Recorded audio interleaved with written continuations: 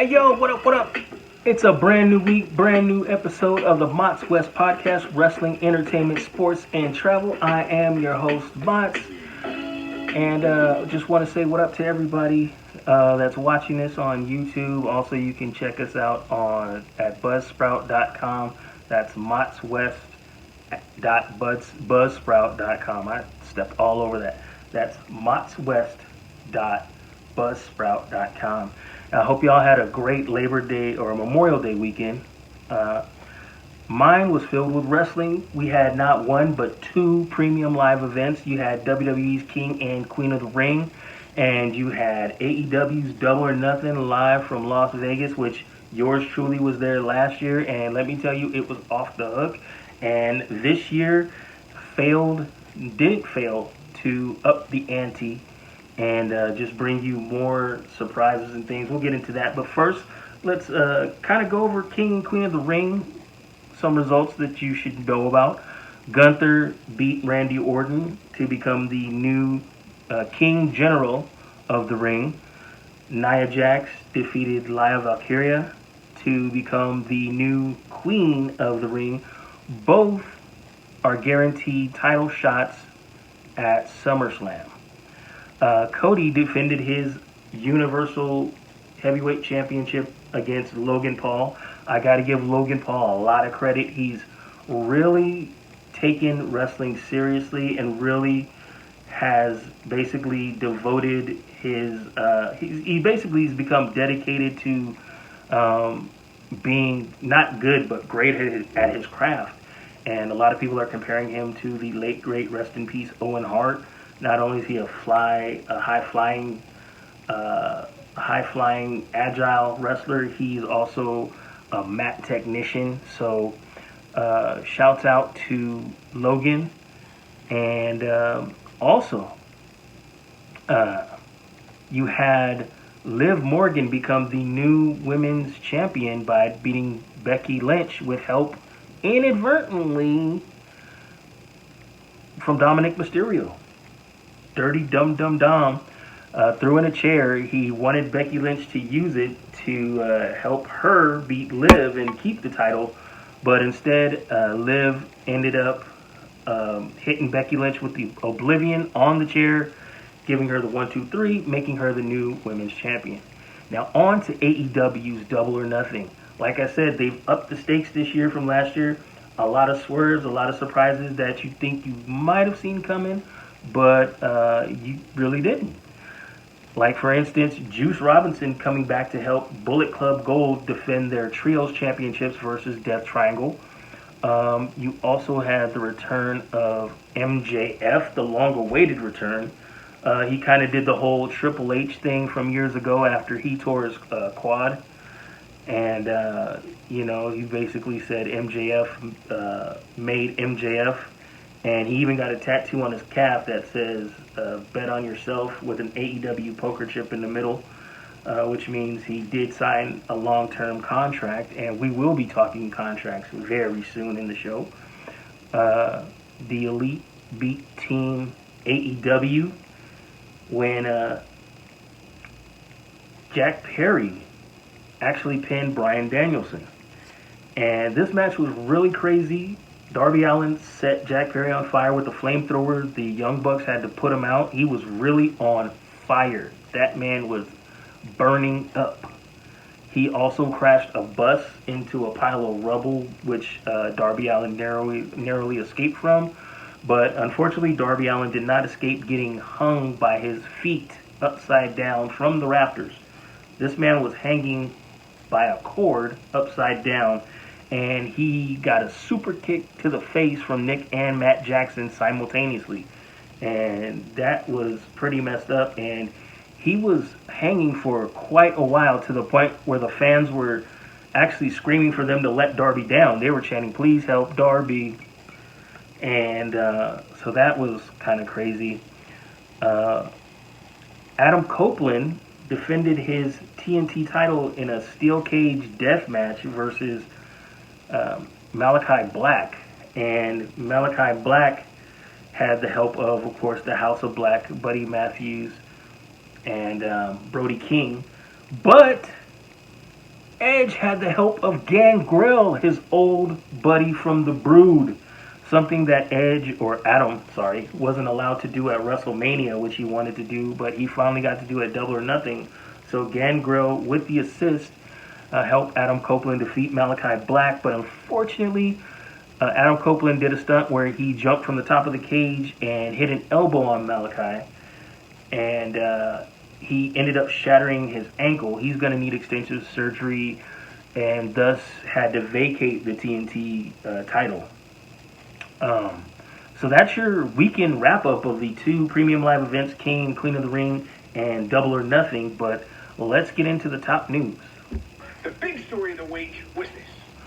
So, we talked contracts as far as MJF. He signed a long-term deal with AEW, but there are some contracts that are either expiring or have expired as of this week as we speak.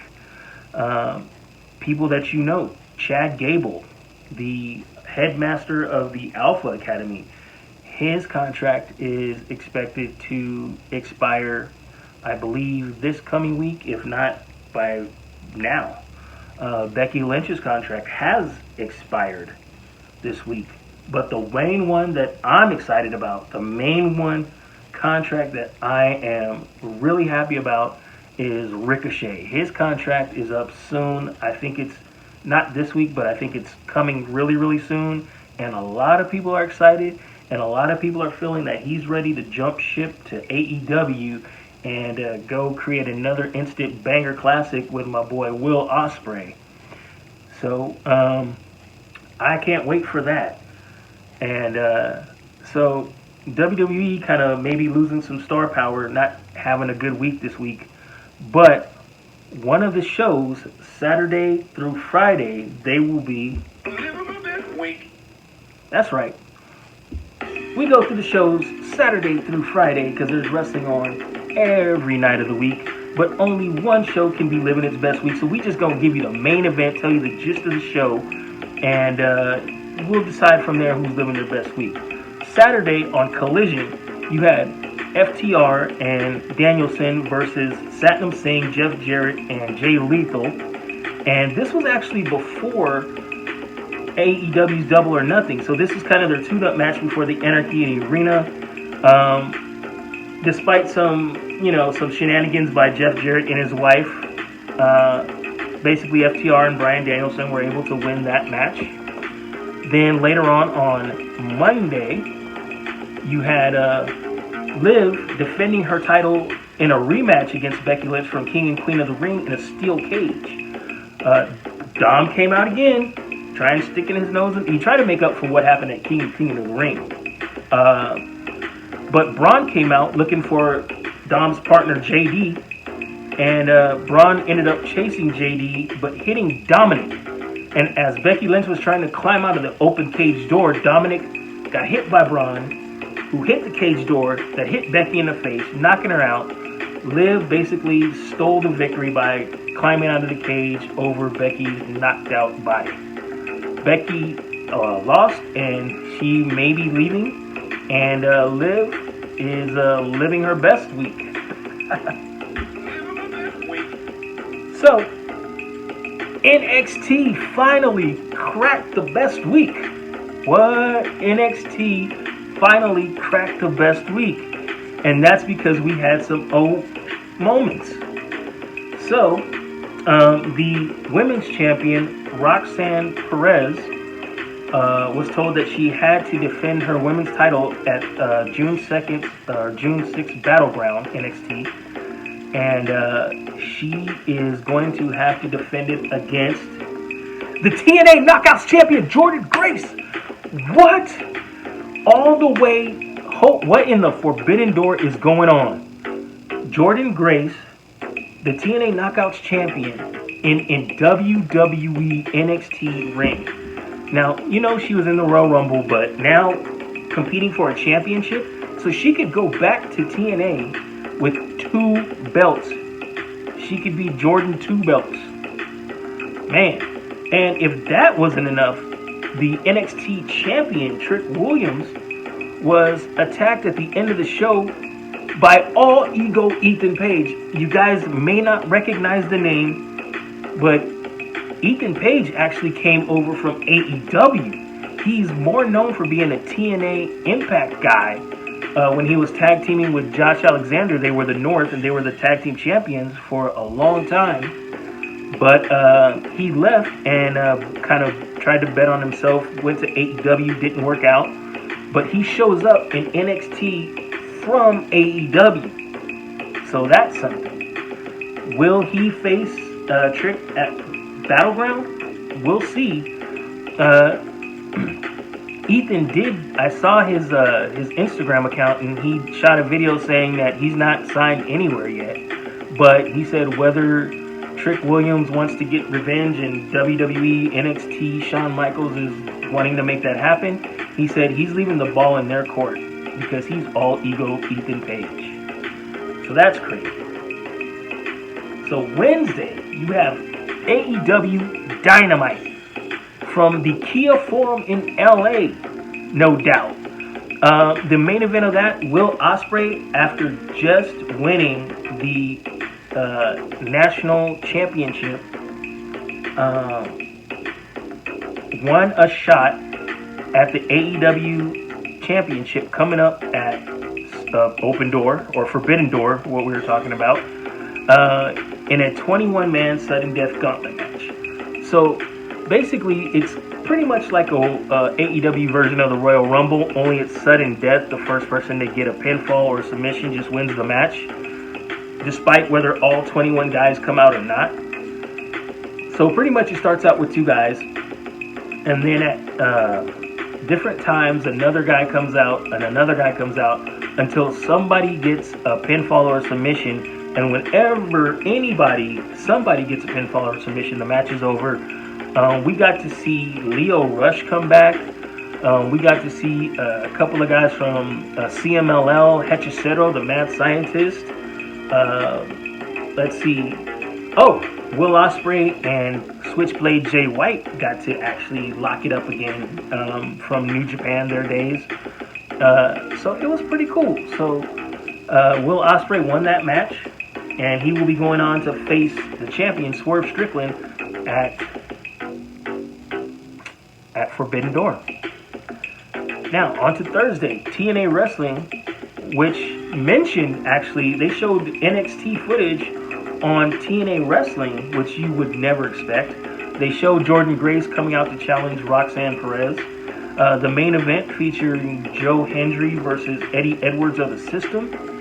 And Nick and Ryan Nemeth came out to back up Joe Hendry because Eddie Edwards had the backup of his wife Alicia and his tag team championship partner Brian Myers.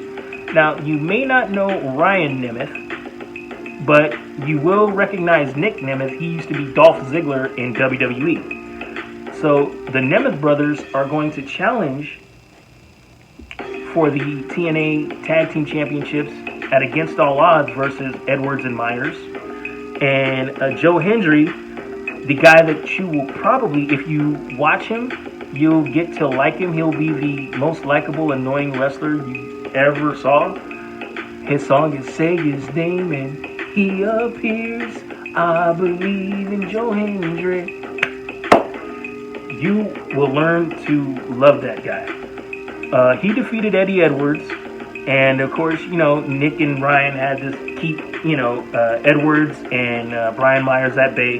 Meanwhile, after the match, backstage, Moose was looking for his opponent at Against All Odds. Broken Matt Hardy. Delete. So they ended up, getting into a scrap. But Moose got the upper hand and pretty much did the old wrap the chair around the neck and hitting it with another chair to Matt Hardy. And it looks like Matt Hardy's not going to be 100% for Against All Odds. And that was TNA. And last week, I made an error. I mentioned that Rampage was combined with Collision. Well, it was for a while, but it wasn't a permanent thing. So it's back on Friday. And the main event was Takeshita defeating Penta El Zero to qualify for the ladder match at Forbidden Door. And the winner of that ladder match will be the new TNT champion, which was vacated by the unfortunate injury to Adam Copeland at Double or Nothing. Now, SmackDown. My boys, the GOD, the Gorillas of Destiny, made their debut. Tama Tonga and Tonga Loa, the brothers, Haku's sons, wrestled for the first time in WWE as their tag team, the Bloodline now. They took on the Street Profits, and they won. And I kind of like their style because it's like they take a lot of punishment, but then it's like Tonga Loa, his thing is he's the bigger brother, so he's like not affected by a lot of the moves. And Tama Tonga is kind of like the smaller one, more agile, so he takes a lot of the brunt of the punishment, but he's the more skilled one. And so he kind of finishes off the match out of nowhere with like a reverse RKO.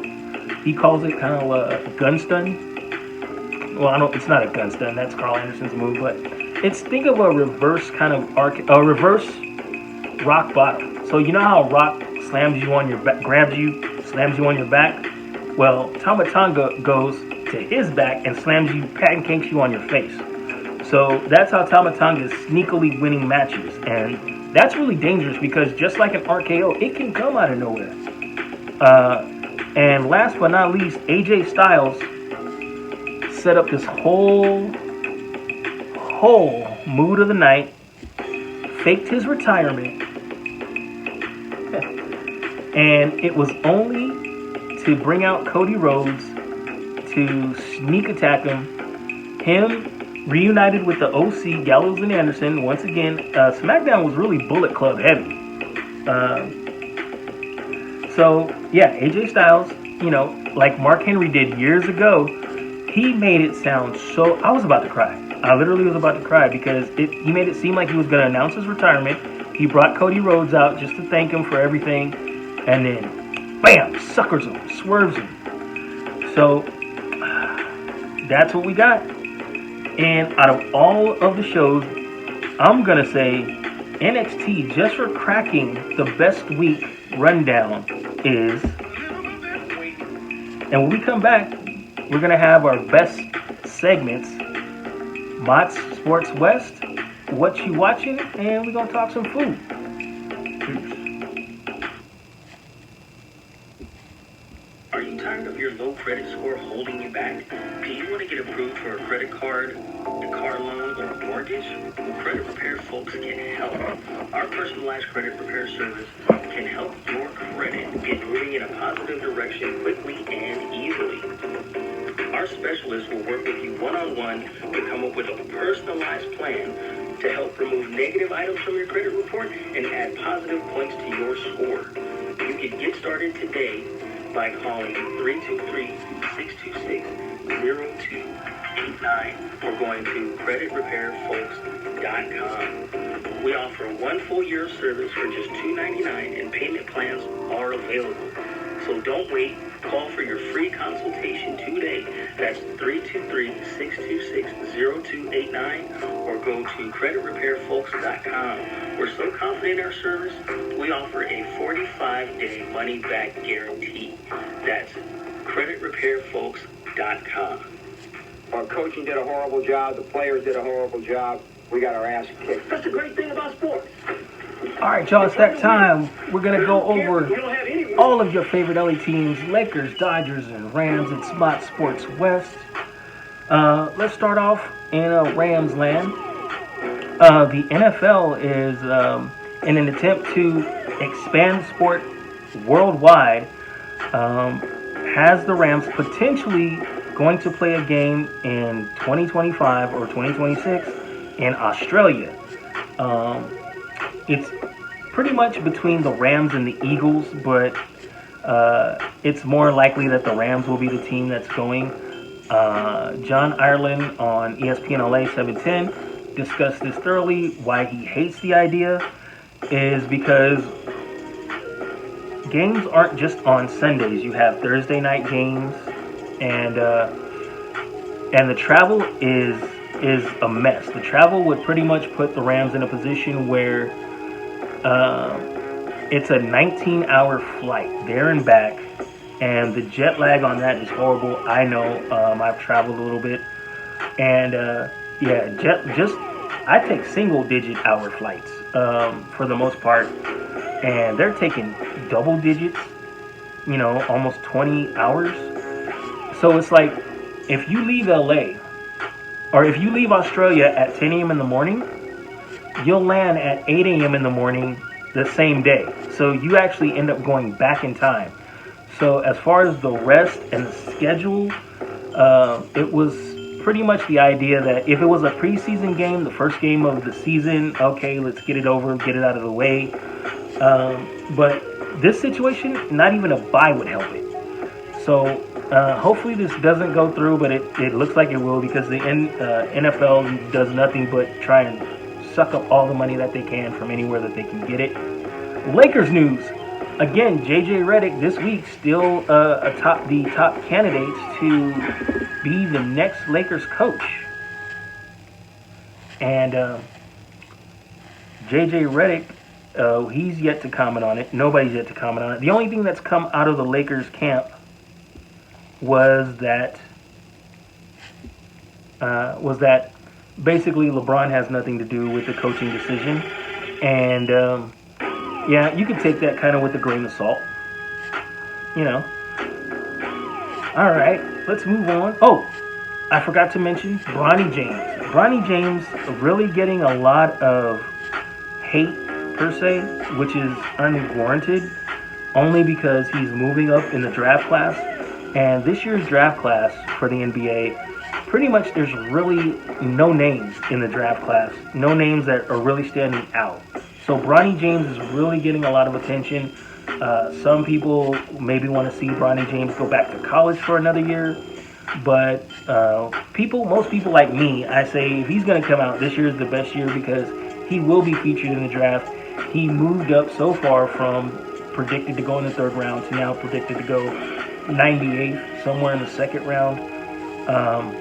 But there's nobody really known or name-wise except for like some guys from overseas, like Europe, in this draft. So I think it's the right time. Dodgers coming off of a 4-1 loss to the last place Rockies last night. After sweeping the Mets for 3 games, they're looking to bounce back today at 7, where they play the Rockies at Dodger Stadium.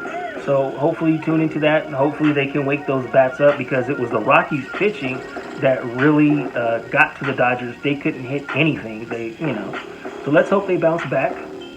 And right now, I want to bounce forward to see what you watching.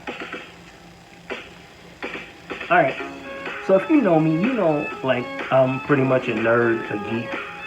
So I watched the series finale of Star Trek Discovery, and I won't say too much about it. It was a pretty big thing this season, the mission that they were going on.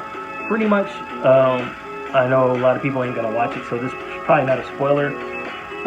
They're pretty much trying to save technology that was supposedly created by the creator of all life on all planets. So they had to go on this kind of like treasure hunt, like a Tomb Raider quest to find clues to get to the next clue, and they were being threatened by this race of aliens that had basically bigger spaceships and more of an army than the Star Trek Discovery had. So I liked it. I think it ended on a cool note. But that is the finals of this show, actually. The show's over. It went for 5 seasons, which was cool. And I was telling you guys about my trip to Mexico. So let's talk food for a minute. I was telling you guys about my trip to Mexico, and I said, one thing I mentioned was you could get shaken down by the federales as long as you do anything stupid.